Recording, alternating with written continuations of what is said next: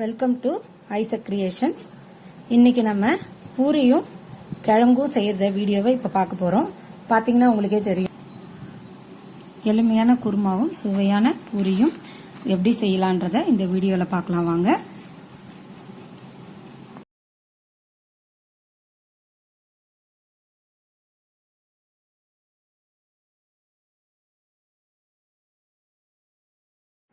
பாருங்க, 3 பெரிய உருளைக்கிழங்கு இதை 2ஆ நறுக்கியிருக்கேன். ஒரு 2 இல்ல 3 ஸ்பூனு கடலைப்பருப்பு. இது எதுக்கும் ஏன் இது டம்ளர்ல வச்சிருக்கு பாருங்க. கிண்ணத்துல வச்சிங்கன்னா இது வழிஞ்சு கீழே கொட்டிடும். அதனால ஒரு டம்ளர்ல வைக்கும்போது கொஞ்சம் இது முங்குற அளவுக்கு மட்டும் தண்ணி ஊற்றிட்டு இதை ஒரு 3 விசில் வச்சு எடுக்கலாம்.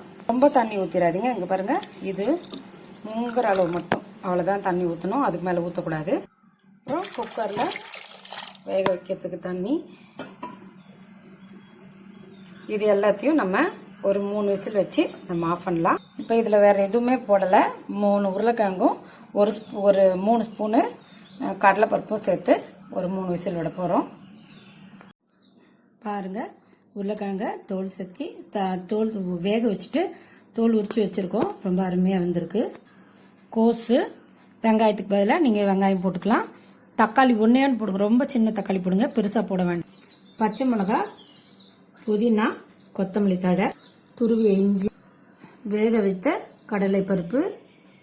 குழம்பு நிறைய தேவைப்படும் அப்படின்னு நினைச்சீங்கன்னா குருமா ஒரு 2 ஸ்பூனு கடலை மாவு யூஸ் பண்ணிக்கோங்க. உங்களுக்கு கம்மியாவே குழம்பு போதும் அப்படின்னா இது தேவையில்லை.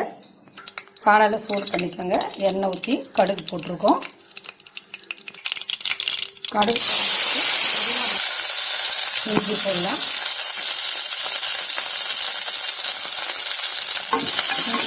நல்லா வதக்கிடலாம். பச்சை மிளகாய்,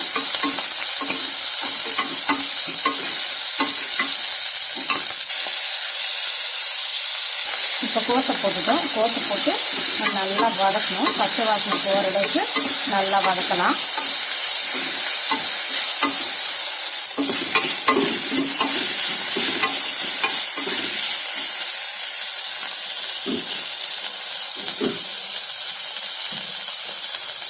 இந்த கோஸ் கூட சேர்த்து கொஞ்சம் உப்பு போட்டு வதக்கலாம்.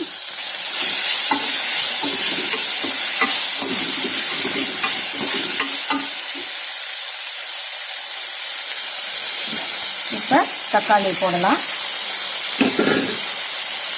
பாருங்க எவ்வளோ கலர்ஃபுல்லாக அழகாக இருக்கு அப்படின்னு. இந்த மாதிரி நல்லா வதக்கிக்கோங்க. வதக்கிட்டாதான் ரொம்ப நல்லா கிரேவி நல்லா சாந்து வரும். அதனால நல்லா வதக்கிக்கலாம். வேக வச்ச உருளைக்கிழங்க இது பாத்திரத்தில் வச்சு இப்படி வச்சு அழுத்தினீங்கன்னா நசுங்கிக்கும். அதோட எடுத்து வச்சுக்கலாம். பாருங்க, நல்லா பொலப்புலன்னு எடுத்துடுச்சு. இது போல் எல்லா உருளைக்கிழங்கும் சரி பண்ணி வச்சுக்கலாம், உதிர்த்து வச்சுக்கலாம். பாருங்க, இந்த கிரேவி நல்லா வதங்கிடுச்சு. இந்த கடலைப்பருப்பு இதில் போட்டுடலாம்.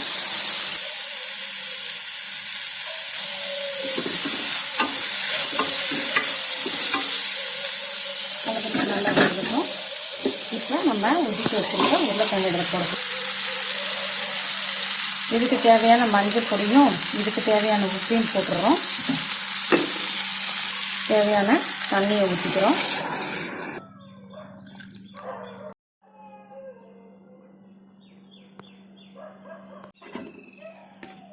தேவையான உப்பு எல்லாத்தையும் போட்டுட்டு இப்போ நம்ம ஒரே ஒரு விசில் வச்சு ஆஃப் பண்ணிக்கலாம். எல்லாம் ரெடி ஆயிடுச்சு. போதும், இந்த திக்னஸ் போதும் அப்படின்னு நினைச்சீங்கன்னா நீங்க அதோட விட்டுருங்க. சப்போஸ் இன்னும் கொஞ்சம் குழம்பு தேவைப்படும் அப்படின்னு நீங்க நினைச்சீங்க, இந்த 2 ஸ்பூனு கடலை மாவுல ஒரு துளியோண்டு தண்ணி ஊற்றி கரைச்சி விட்டுலாம். இப்படி கரண்டி வச்சு இப்படி கலரும் போது கட்டி இல்லாம கலக்குங்க. நீங்க பாருங்க, கட்டி இல்லாம கலரிக்கலாம். கிளறிட்டு நம்ம இப்ப இந்த குருமால நம்ம இதை ஊற்றிடலாம். ஊற்றும் போது ரொம்ப திக்காவும் இருக்கும், நிறையாவும் கிடைக்கிற மாதிரி இருக்கும். இதை பாருங்க, ரொம்ப திக்கா ரொம்ப நிறைய குழம்பு ஆன மாதிரி ஆயிடும். அதுக்காக தான் நம்ம செய்யறது. உங்க வீட்டில் குழம்பு கம்மியாக தான் செலவு பண்ணுவீங்க அப்படின்னா நீங்க இது கடலை மாவு ஊற்ற தேவையில்ல, அப்படியே விட்டுறலாம். இது ஒரு கொதி பச்சை வாசனை போகிற அளவு கொதிக்கட்டும். கொதிச்சோடனே நம்ம ஆஃப் பண்ணிடலாம். பாருங்க, குழம்பு ரெடி ஆயிடுச்சு. இப்போ நம்ம இதில் கொத்தமல்லி தழை, கடலை மாவு போட்டுட்டு ரொம்ப நேரம் வேக வைக்க வேண்டாம். இந்த கடலை மாவு கூட உங்கள் இஷ்டம் தான், வேணும்னா போட்டுக்கலாம், வேணான்னா விட்டுடலாம். பாருங்கள் சுவையான குருமா, பாருங்கள் சுவையான குருமா ரெடி ஆயிடுச்சு. இப்போ பூரியை தேய்ச்சிட்டு பூரியோட சாப்பிடும்போது ரொம்ப நல்லாயிருக்கும். இப்போ பாருங்கள் முன்னாடி மாரி எப்படி இருந்தது, இப்போ கொஞ்சம் ரொம்ப திக்காக இருக்குது பார்த்தீங்களா? அதுமாரி திக்காக இருக்கிறதுக்கும் எந்த காரணத்து கொண்டும் அதுக்காக ரொம்ப நிறையா ஊற்றிடாதீங்க. நான் வந்து 4 உருளைக்கிழங்கு பெருசு பெருசாக எடுத்ததுனால ஒரு 2 ஸ்பூன் போட்டேன். ஒருவேளை நீங்கள் 2 உருளைக்கிழங்கு தான் எடுப்பீங்க அப்படின்னா நீங்கள் 1 ஸ்பூனு போட்டால் போதும். ரொம்ப போட்டிங்கனாலும் மண்ணு மாதிரி ஆகிடும், நல்லா இருக்காது. அதனால் கம்மியாக கடலை மாவு மட்டும் ஊற்றினா போதும்.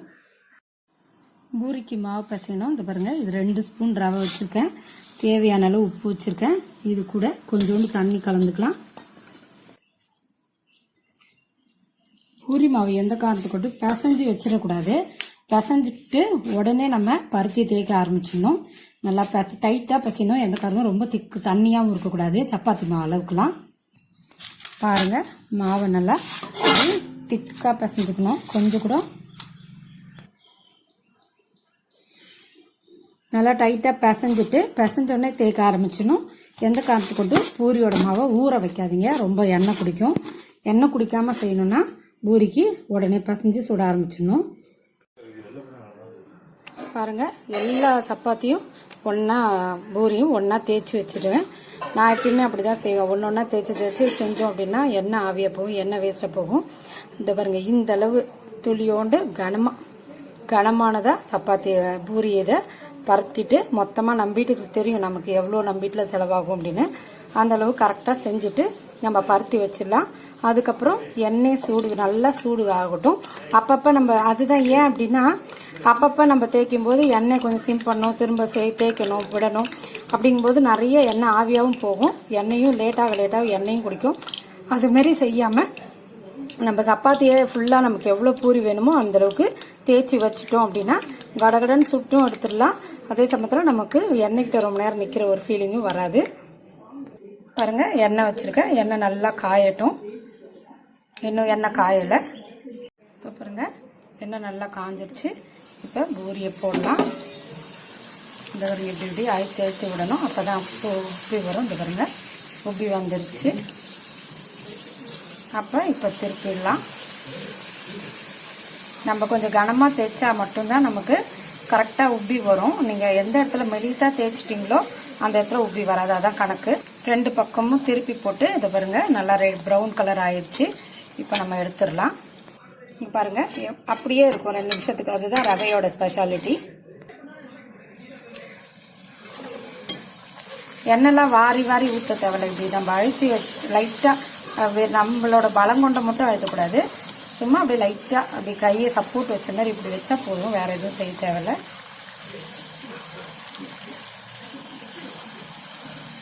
இப்போ இதே மாதிரி கூட செய்யலாம். இப்போ நம்ம ஒரு பூரி வெந்துட்டே இருக்கும்போது சைடில் இன்னொரு பூரியை நம்ம விடும்போது அது அப்படியே தானாலே உப்பிடும். பார்த்தீங்கன்னா உங்களுக்கு தெரியும், இந்த பூரியோட சப்போர்ட்லேயே அது உப்பிக்கும். அது மாதிரியும் நீங்கள் செய்யலாம். நம்ம தேய்ச்சி வைக்கும்போது தான் நம்ம இதை மாதிரி கடகடன்னு போட்டு எடுக்க முடியும். இல்லைன்னா யோசிச்சு பாருங்கள், ஒன்று தேய்க்க அர்ஜென்ட்டாக போடணும். அந்த அவசரம் நமக்கு தேவையில்லை. ரிலாக்ஸாக நம்ம பாட்டினே பூரியை தேய்ச்சிட்டு இருக்கு, பூரியை சுட்டு வைக்க ஆரம்பிக்கலாம். பாருங்கள் சுவையான எளிமையான செய்கிற பூரியும் குருமாவும். இதில் பார்த்தீங்கன்னா தெரியும் ஒரு மாதிரி டாட்டாக இருக்குது பார்த்தீங்களா, இதுதான் ரவை. இதே மாதிரி செய்யும்போது பார்க்கறதுக்கும் அழகாக இருக்கும். ரொம்ப சீக்கிரமாக நம்ம அது உடையாதுங்க. பாருங்கள் நம்ம கஷ்டப்பட்டு அழுத்தினா தான் உடையும், அதுக்குள்ளே உடையவும் உடையாது. அதனால் இந்த வீடியோ பிடிச்சிருந்தா லைக் பண்ணுங்கள், ஷேர் பண்ணுங்கள், சப்ஸ்கிரைப் பண்ணுங்கள். நன்றி, வணக்கம்.